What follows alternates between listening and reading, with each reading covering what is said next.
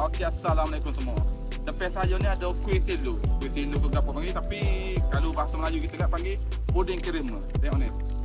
Habis special dia ni saya macam pelik sikit. Jadi masa saya macam rasa macam terpanggil-panggil untuk terus. Sebab apa? Dia mari hadir dengan Risa Pandai. Ni tak boleh tengok. Okey. Biasa kuih selo kita makan ni pizza biasa lah, cheese dengan klasik biasa. Tapi ni special dia pandai.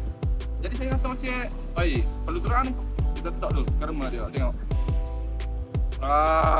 Kerma dia. Bismillahirrahmanirrahim. Pak pandai ni first time.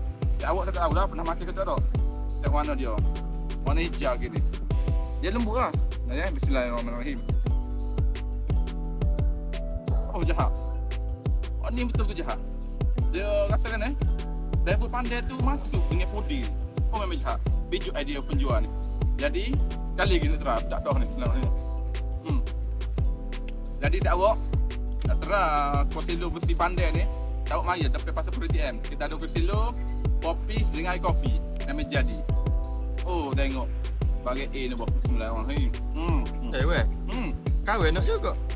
Kameraman foto stream tu nak juga makan. Sudah.